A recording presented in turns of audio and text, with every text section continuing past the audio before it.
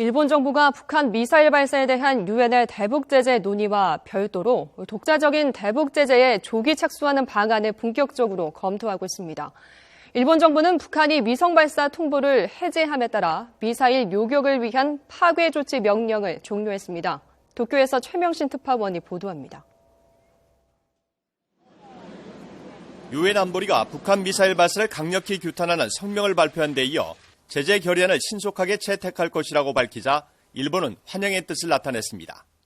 強い内容のこの決議を迅速に採択することの必要性、一層高まったと受け止めています。 일본 정부 대변인인 스가 관방장관은 국제사회가 한 목소리를 낸 만큼 중국도 그에 걸맞게 대응해야 한다며 중국의 제재 동참을 압박했습니다.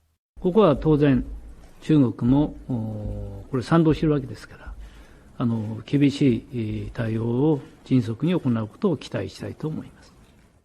일본 언론도 북한의 미사일 발사를 폭거, 폭주라는 단어를 동원해 비난하며 정부의 주장에 힘을 보탰습니다.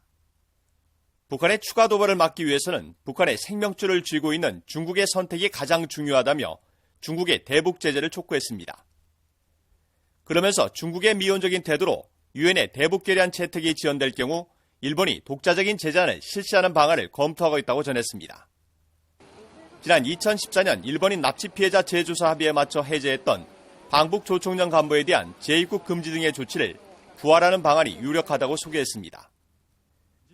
또 재입국 금지 대상자에 핵 미사일 기술자 등을 포함하고 금융자산 동결 대상을 확대하는 것도 검토하고 있다고 덧붙였습니다. 여기에 일부에서 북한과 거래하는 제3국 기업에 대해 일본 금융기관과의 거래를 금지하는 방안도 제기되고 있지만 중국의 반발이 예상돼 채택 여부는 불투명하다고 전했습니다. 이런 가운데 북한이 7일부터 14일까지 위성을 발사하겠다며 국제기구에 제출한 통보를 해제한 것으로 확인됐습니다. 이에 따라 일본 방위성은 자위대 지대공 유도미사일 패트리엇을 통한 북한 미사일 파괴 조치 명령을 종료했습니다. 도쿄에서 YTN 최명신입니다.